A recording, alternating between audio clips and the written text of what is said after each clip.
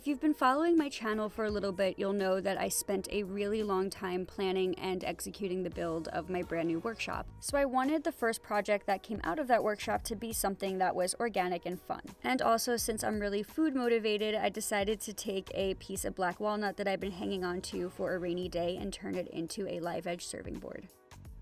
I kind of have this personal issue where if I see a really sexy piece of black walnut, I just have to hang on to it regardless of whether or not I have a project for it. So I picked up these two awesome slabs of black walnut a while back and knew that I wanted to use them for this project. If you're hoping to make a project like mine and you're looking for a list of the materials and the tools that I use to make it happen, you can visit my website by clicking on the link below this video. The first step in this project after picking a favorite child of the two boards was to just plan out my design, and I didn't want to think too hard about this, so I just organically traced something on the board using my pencil. I already knew that I wanted to keep the live edge intact on this board, so I just traced the design with that in mind. And once I was happy with my design, I clamped it to a workstation and used a jigsaw to just cut that out.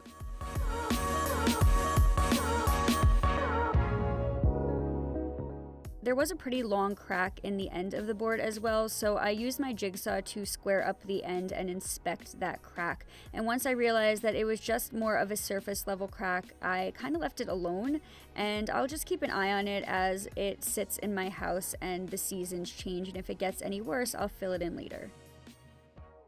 One of the things I want to mention is that the boards that I had were already planed and relatively flat when I got them, so there wasn't much prep work to do there, but if you're looking to do something along these lines, you may have to sand or plane your boards first. I really wanted this to look like an organic piece, and I didn't want the edges to be too perfect, so I used a hand rasp that Kutzall had sent me a while back and just started to remove the bark and round over the edges in a really natural way.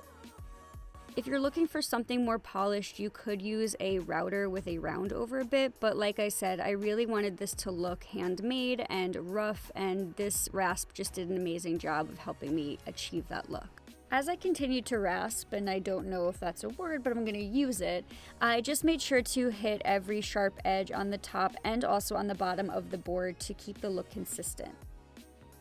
Once I was happy with the shape of my board, I brought it over to my drill press and just used a Forstner bit to create an opening for a handle. And this is so I can hang it in my kitchen or use the handle when carrying the board, but it added a just really cool element to break up all of the solid wood. I then went back to the board with my hand rasp and just rounded over the inside edges of the handle as well. Once I was happy with the shape of the board, I started the sanding process, and I started this by using a power sander with 80 grit sandpaper, then used that power sander to sand all the way to 120 grit, and then I hand sanded at 320 grit. After getting all the way to 320 grit, I then just used a damp rag to raise the grain and then sanded all the way back down to 320 grit again, and this will prevent the grain from raising when it is damp or wiped down after having food on it.